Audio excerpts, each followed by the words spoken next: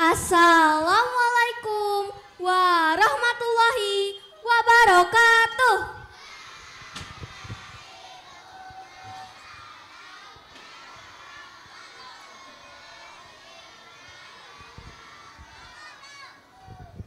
Selamat pagi teman-teman. Perkenalkan, namaku Sekar Agnimayanuh dari kelas 5B. Hari ini aku akan berkisah tentang legenda Timun Mas. Teman-teman, ke pasar Legi membeli duku. Berangkatnya naik andong. Cakep. Sudah siap dengar ceritaku? Cakep. Kalau sudah, tepuk tangannya dong. Yeay.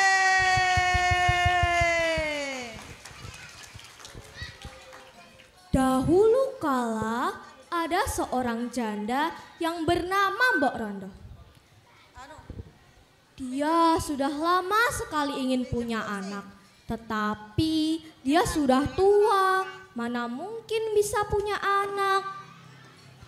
Suatu hari setelah pulang bekerja, dia duduk beristirahat di depan rumahnya sambil mengeluh.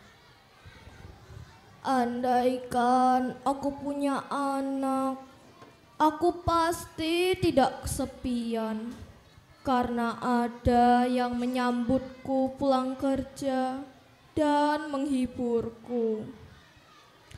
Tiba-tiba bumi berguncang seperti gempa bumi.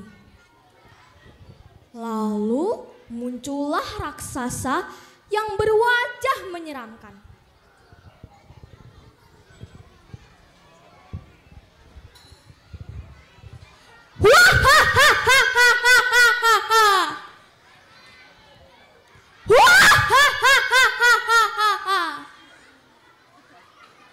Mbok Rondo ketakutan melihatnya.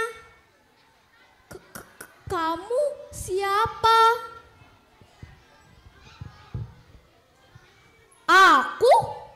Aku adalah raksasa. Aku dengar kamu menginginkan anak ya? Iya, benar. Aku menginginkan anak.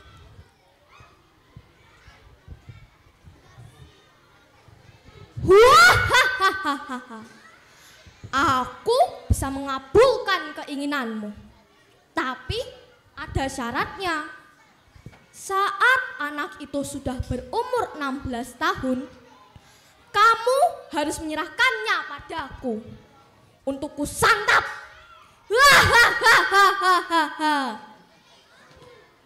Karena Mbok Rondo sudah ingin sekali punya anak, maka Mbok Rondo menyetujui persyaratan tersebut tanpa pikir panjang. Baiklah, aku setuju. Raksasa pun memberi biji timun kepada Mbok Rondo. Lalu Mbok Rondo pun menanamnya. Setiap hari Mbok Rondo menyiraminya. Ajaib, 2 minggu kemudian biji itu tumbuh dan sudah berbuah lebat. Dan salah satunya ada buah yang sangat besar. Warnanya kekuningan. Kalau tertimpa sinar matahari, buah itu berkilau seperti emas. Karena tertarik, Mbok Rondo memetik dan membawanya pulang. Sesampainya di rumah, dia membelah buah tersebut dengan hati-hati. Tahu nggak di dalamnya ada apa? Ternyata di dalamnya ada bayi perempuan yang sangat cantik. Mbok Rondo sangat terkejut sekaligus senang. Wah, ternyata raksasa itu tidak berbohong. Bayi ini cantik sekali. Baiklah, kunamakan bayi ini Timun Mas. Hari, bulan, dan tahun pun berganti. Dan Timun Emas tumbuh menjadi seorang gadis jelita. Tapi Mbok Rondo semakin cemas, teringat akan janjinya kepada si raksasa. Pada suatu malam, Mbok Rondo mendengar suara gaib dalam mimpinya. Suara gaib itu menyuruh Mbok Rondo pergi menemui seorang pertapa di Bukit Gandul jika ingin anaknya selamat. Keesokan harinya, Mbok Rondo langsung menuruti perintah omongan gaib itu. Di sana, ia bertemu dengan seorang pertapa yang memberikannya 4 bungkusan kecil yang berisi biji timun, jarum, garam, dan terasi. Mbok Rondo menerima bungkusan tersebut dengan perasaan heran. Sesampainya di rumah, dia menceritakan kejadian itu kepada Timun Mas sambil berkata, "Anakku, mulai sekarang kamu tidak perlu takut dan cemas kepada raksasa itu, karena kamu sudah memiliki penangkalnya." Timun Mas pun menjawab, "Terima kasih, Mbak." Pada suatu hari, bumi kembali berguncang, lalu disusul suara tawa menggelegar, pertanda bahwa raksasa telah datang.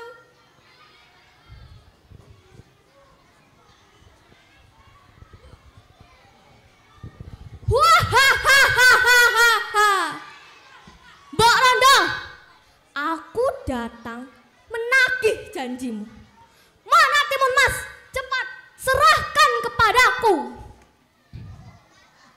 Mbok Rondo keluar dengan tubuh gemetar. Baiklah raksasa, akan kubawa dia keluar. Lalu Mbok Rondo pun masuk dan mengambil beberapa bungkusan yang pemberian seorang pertapa, lalu diberikan kepada Timun Mas sambil berkata, "Anakku, bawalah bekal ini dan pergilah lewat pintu belakang sebelum raksasa itu menangkapmu." Timun Mas pun menurut. Dia pun berlari lewat pintu belakang. Kemudian Mbok Rondo keluar seorang diri. Raksasa heran melihatnya.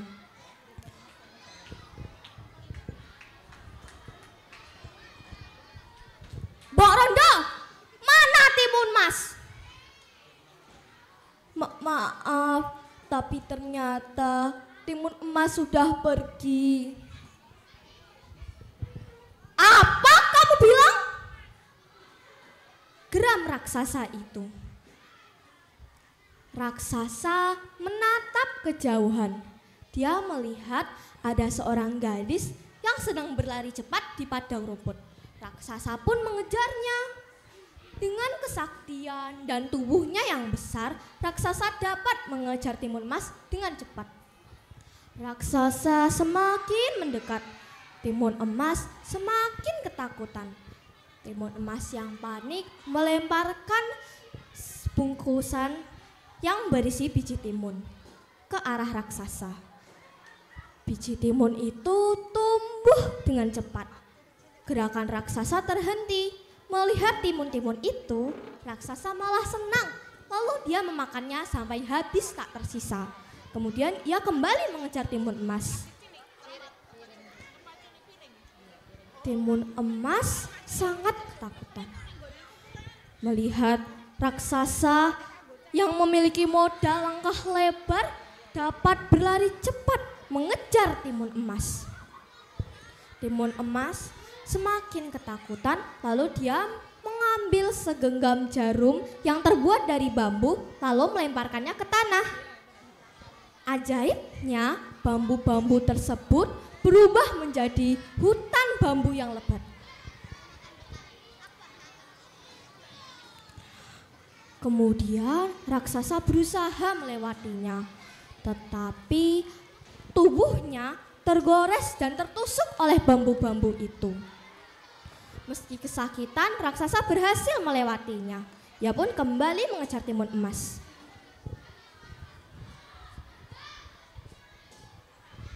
"Timun Emas, jangan harap kau bisa lolos dariku ya." Timun Emas ketakutan. Dia terus berlari. Dia ingat dia masih punya 2 bungkusan yang tersisa. Timun Emas pun mengambil 1 bungkusan yang berisi garam. Garam tersebut ditaburkan ke tanah. Garam tersebut berubah menjadi lautan. Raksasa sangat terkejut karena tiba-tiba tubuhnya tercebur ke dalam lautan. Tetapi berkat kesaktiannya, raksasa berhasil berenang sampai ke tepi. Setelah itu ia kembali mengejar Timun Emas. Karena tak kunjung mendapatkan mangsanya, raksasa semakin marah. Awas kau bocah, kalau tertangkap akan kumakan kau bulat-bulat.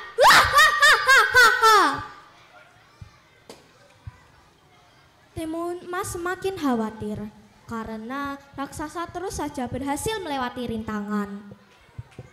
Meski lelah, Timun Emas terus saja berlari. Dan sebagai perlawanan terakhirnya, dia melemparkan bungkusan terasi ke arah raksasa. Ajaibnya, terasi tersebut berubah menjadi lautan lumpur yang mendidih. Seketika, tubuh raksasa ditelan oleh lautan lumpur tersebut.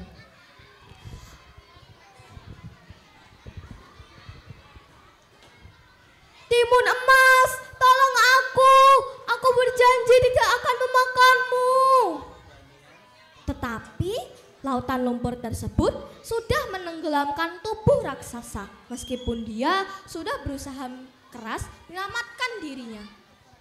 Kini Timun Emas dapat bernafas lega karena dia sudah selamat dari bahaya maut. Syukurlah aku selamat. Sebaiknya aku pulang menemui Mbok Rondo. Beliau pasti senang. Timun Emas pun berlari ke arah rumahnya. Mbok Rondo yang melihat datangan Timun Emas menyambutnya dengan gembira dan terharu. Timun Emas, kamu selamat nak. Syukurlah Tuhan masih melindungimu.